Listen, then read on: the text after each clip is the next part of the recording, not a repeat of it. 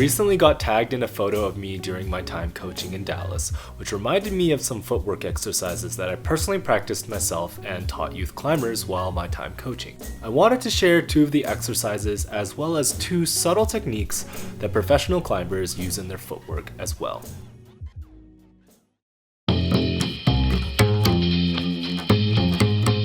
The first exercise can easily be done with poker chips. However, I did do this exercise with corks before, and I'm sure you can find other small trinkets to do this with.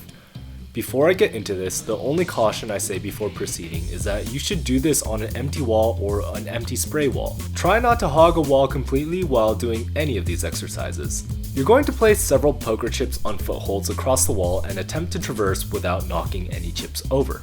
I know it's tempting to put all your weight on your arms and barely touch the footholds, but you really want to focus on trying to get your weight on the footholds. Give yourself a challenge to do if you knock a chip over.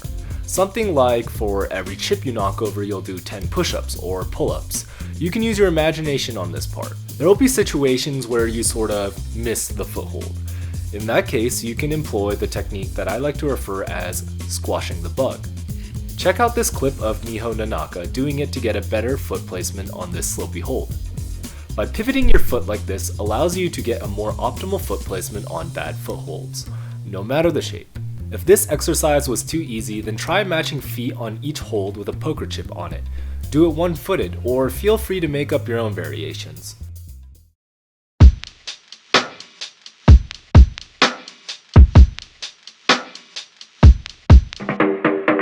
In my video about Nathaniel Coleman, I mentioned him training on a no-handed slab climb. No-handed climbing is a great way to work on your footwork as well as get a really solid grasp of how to control and position your center of gravity. Find a slab wall and try to traverse across or go up as far as you can with no hands. Obviously, the bigger the holds are, the easier this is going to be, but you will have to watch out that your chest doesn't get pushed out by other holds on the wall. This exercise is going to really work out your legs and often force you to do a lot of 2- and 1-footed squat movements.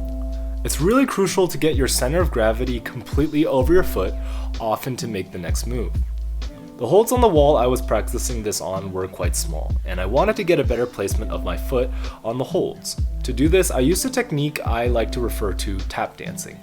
Tomoa Narasaki is notorious for doing this through his twitchy style. This technique is especially useful if you can't see the foothold and only feel it with your toe.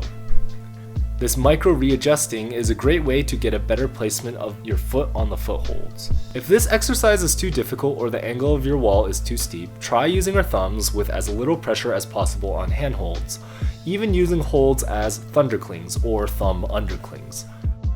If you're a beast and this was overall too easy for you, then try adding variations like with the other exercise, such as matching feet and doing this one-footed.